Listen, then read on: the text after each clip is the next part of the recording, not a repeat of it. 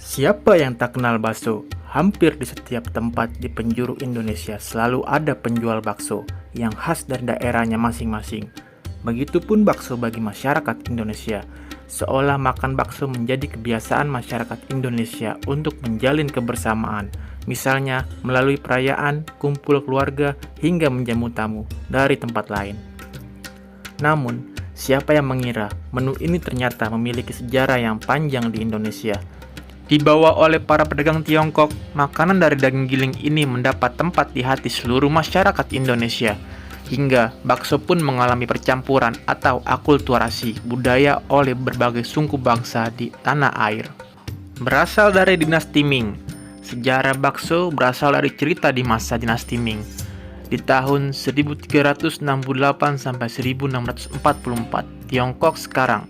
Konon, seorang pemuda bernama Meng Bo ingin memasakkan daging empuk dan lembut untuk sang ibu. Ia terinspirasi dari kue mochi, cemilan yang terbuat dari ketan yang ditumbuk agar halus, sehingga makanan ini terasa lembut. Meng Bo pun menumbuk daging yang alot, membentuk bulatan-bulatan kecil, dan dihidangkan bersama kaldu hangat. Ternyata, makanan dari daging giling ini populer ke seluruh kota Fuzhou hingga ke seluruh Tiongkok. Zaman pun silih berganti. Makanan ini secara turun-temurun diwariskan dari satu generasi ke generasi lain oleh bangsa Tiongkok.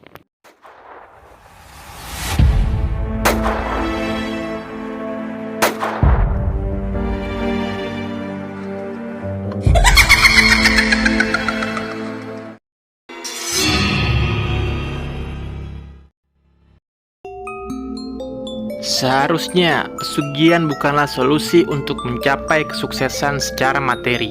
Perekonomian sulit memang menjadi alasan mendasar mereka yang berputus asa untuk melakukan pesugihan. Menjual barang dagangan apapun itu sebenarnya memiliki cara dan strateginya untuk menarik pembeli, bukannya malah menempuh jalan singkat dengan menggunakan pesugihan. Di tahun 2020, ketika pandemi menimpa dunia, ada seorang tukang bakso yang bernama Joko. Joko awalnya adalah seorang tukang bakso keliling yang sudah berjualan selama 10 tahun. Dengan kebutuhan ekonomi yang meningkat, karena ia memiliki 3 orang anak, membuat Joko merasa harus lebih meningkatkan pendapatannya. Hingga suatu saat ia bertemu temannya, sesama tukang bakso yang ternyata sudah jauh lebih berhasil darinya.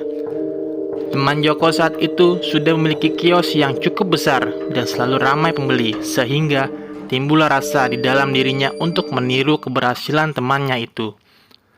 Pada akhirnya, mereka pun berbincang santai.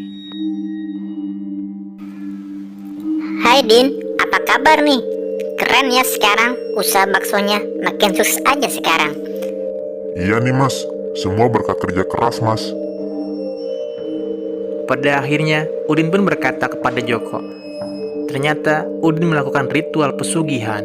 Joko pun terkejut dan sempat ragu. Hah? Yang benar kamu Din? Iya benar lah, masa bohong?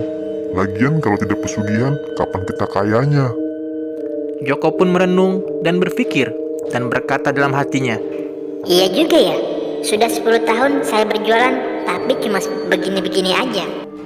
Joko pun akhirnya mengikuti jejak Udin karena kebutuhan dan ia merasa ingin cepat merasakan keberhasilan. Akhirnya, Joko mengikuti saran si Udin untuk sama-sama menjadi pelaku pesugihan. Joko kemudian diantar si Udin ke daerah di Jawa Timur untuk memulai ritual pesugihan. Dan sampailah Joko dan Udin di kediaman dukun tersebut.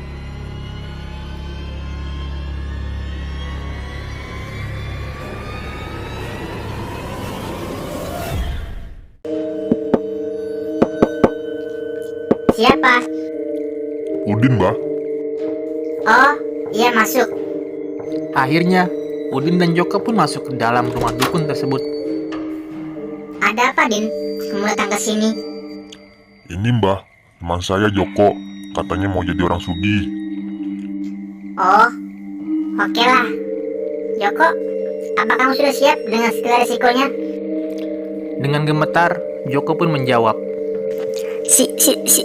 Siap mbak. Besok kita berangkat. Lalu kamu Joko, bertapa di gunung itu. Iya, Mbah. Joko dan Mbah Dukun pun tiba di gua gunung, tempat Joko akan bertapa. Cepat Joko, kamu masuk dan kamu bertapa selama 7 hari 7 malam di situ. Baik, Mbah. Joko menginap dan melakukan ritual pertapaan selama 7 hari 7 malam. Mulai dari awal tidak ada efek gangguan apapun, hingga lama-kelamaan mengalami gangguan makhluk halus. Dalam ritualnya, ia seperti dikerubuti kera-kera yang berawal dari suara berisiknya yang terdengar dari jauh, tapi lama-kelamaan mendekat dan mengerubunginya.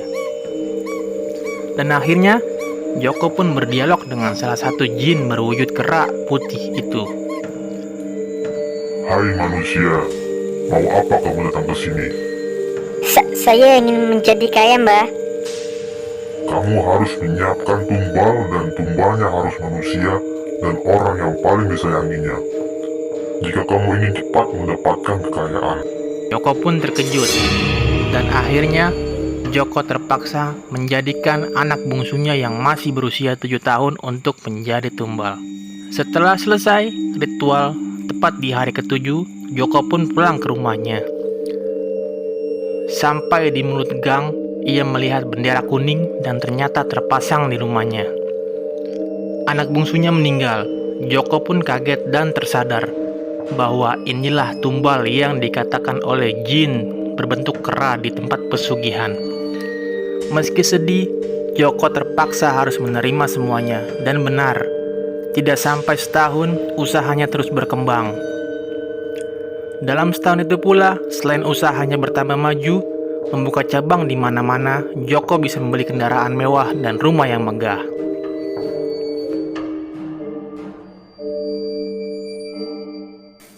Kenapa dari dulu aku melakukan pesugihan? Aku sudah kaya raya, rumah besar, usaha baksoku pun ramai pengunjung. Joko pun hidup senang karena apa yang dia inginkan semua telah tercapai. Sampai kemudian di tahun kedua, tepatnya 2022, menjalani ritual mulai banyak timbul permasalahan. Istri dan anak-anaknya bergiliran sakit-sakitan, sehingga uang banyak yang didapatinya seolah menjadi impas. Pada akhirnya, di tahun 2022 juga istrinya wafat dengan diagnosa penyakit jantung. Semenjak wafatnya sang istri, hidup Joko semakin kacau dan akhirnya malah Joko yang sering sakit-sakitan. Joko yang sedang terkapar sakit sering diganggu oleh jin kera itu dan ia merasa ajalnya akan segera tiba. Joko, jangan lari kamu. Aku akan terus selalu mengejar kamu. Ampun, Mbah. Ampun, Mbah. Pada akhirnya, Joko pun melakukan pertobatan setelah secara tidak sengaja bertemu dengan seseorang yang akhirnya membawanya ke seorang ustadz. Hingga di sana ia pun diruqyah. Assalamualaikum, Ustadz. Waalaikumsalam. Siapa ya?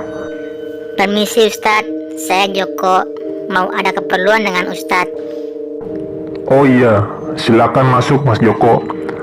Lalu, Joko pun masuk. Joko pun langsung menangis terseduh-seduh. Loh, ada apa ini? Kenapa tiba-tiba kamu menangis? Saya telah melakukan sebuah pesugihan kera, Ustadz. Astagfirullah. Ya sudah, kamu bertobat kepada Allah dan jangan mengulanginya kembali. Sesungguhnya Allah Maha Penerima Taubat. Iya, Ustadz. Saya bertobat. Saya menyesal telah melakukan pesugihan ini, Ustadz. Saya ingin minta diruqyah, Ustadz, agar jin-jin yang ada di tubuh dan mengikuti saya ini hilang, Ustadz. Baiklah, bismillah, minta pertolongan kepada Allah agar semua jin-jinnya hilang. Iya, Ustadz. Joko pun diruqyah oleh Pak Ustadz. Joko benar-benar menyesal dan lebih memilih kembali memulai usahanya dari nol untuk membayar hutang-hutangnya. Di satu sisi, ada hal tragis, yaitu nasib temannya yang mengajaknya ke tempat pesugihan. Ternyata ia beserta keluarganya tewas dalam sebuah kecelakaan mobil.